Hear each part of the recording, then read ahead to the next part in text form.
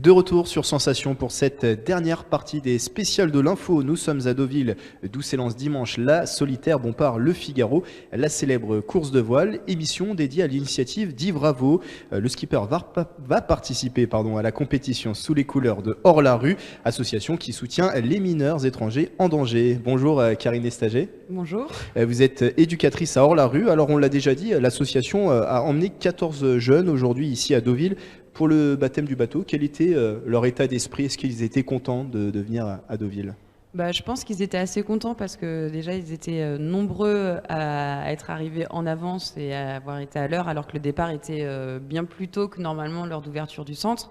Donc ça a montré un petit peu leur motivation et après dans la voiture, en tout cas dans la voiture dans laquelle moi j'étais, ils étaient quand même assez impatients d'arriver et de comprendre aussi, de mettre un petit peu un sens à cette journée parce que je pense que c'est un peu loin aussi de leur réalité cette course et tout ce qui se passe. Donc il y a de l'excitation, mais de l'excitation aussi pour savoir réellement, voir vraiment le bateau et revoir Yves aussi. Justement, c'est devenu à Deauville, vous l'avez préparé comment avec les jeunes? Comment ça s'est préparé? Yves était venu sur le centre de jour rencontrer les jeunes qui étaient là ces jours-là, présenter un petit peu la course, présenter un petit peu ce que c'est qu'une course de bateau. Ensuite, après, on a montré des photos du bateau d'Hors la rue une fois qu'il a été fait. On a montré aussi des photos de Deauville. On a essayé de leur expliquer où c'était en France à partir de cartes.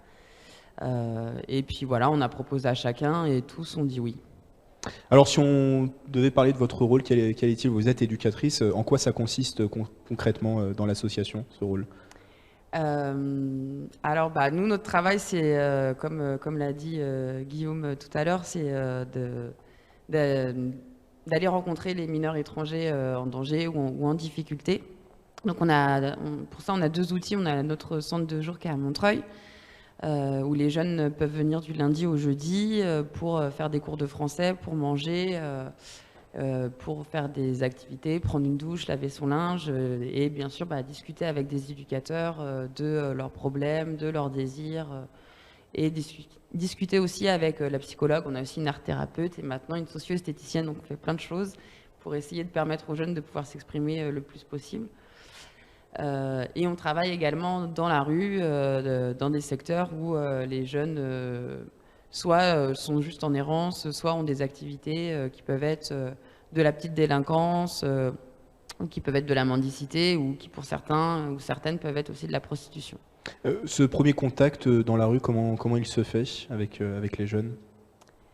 Au départ, on va vers eux, on se présente. En général, il faut plusieurs fois, il faut les rencontrer plusieurs fois pour qu'on soit identifié et puis pour qu'ils acceptent de rentrer en relation. On peut, nos premières entrevues tombent rarement sur une rencontre et on va boire un café tout de suite. Ça prend un peu plus de temps. Mais voilà, c'est vraiment avec le temps et au fur et à mesure, on se fait identifier en fait par les jeunes comme étant des travailleurs sociaux et des adultes bienveillants et qu'on peut les aider à avoir autre chose également. Donc le deuxième outil, vous l'avez également évoqué, c'est l'accueil de jour qui se fait dans les locaux d'Hors la rue à Montreuil en Seine-Saint-Denis.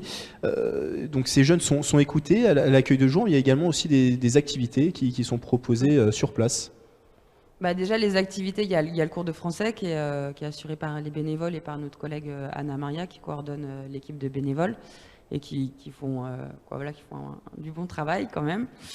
Et après, l'après-midi, chaque après-midi, il y a des activités socio-éducatives et socio-culturelles. Donc le lundi, on fait du sport avec une association qui s'appelle Viacti et du secourisme. Donc, Guillaume en a parlé tout à l'heure, on va beaucoup à la piscine et les jeunes sont beaucoup en demande de piscine. Voilà. Le mardi, il y a soit une activité théâtre organisée par deux collègues éducateurs, soit une activité autour de l'art organisée par une éducatrice et l'art thérapeute. Et le mercredi, ça change chaque mercredi, c'est plutôt libre. Et le jeudi, il y a une activité socio-esthétique. Alors, on le disait tout à l'heure, vous êtes venu aujourd'hui à Deauville avec 14 jeunes. Prochaine étape, c'est un séjour plus long. Du coup, là, aujourd'hui, on est sur une seule journée.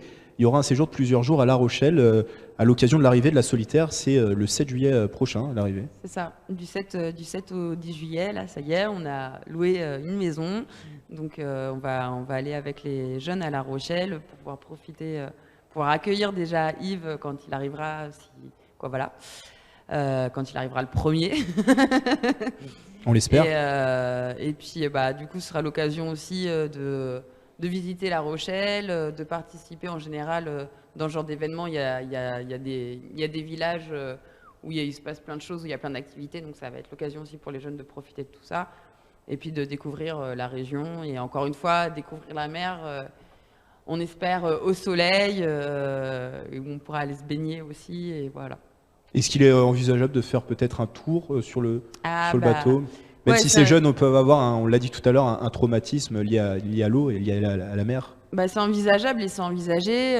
Parmi les jeunes qui vont potentiellement participer au séjour, je pense qu'il y en a qui seront en demande. Je pense qu'il y en a d'autres, ça va être un peu plus compliqué. Nous, de toute façon, on ne les obligera pas parce qu'effectivement, il y a certains jeunes qui ont vécu un vrai traumatisme dans leur traversée pour gagner l'Europe. Et qu'il ne s'agit pas de les mettre en difficulté, mais voilà. Déjà aujourd'hui, il y en a ceux qui vont pouvoir monter sur le bateau, mais à quai, et on verra ensuite à La Rochelle ceux qui seront motivés pour aller faire un petit tour, mais voilà.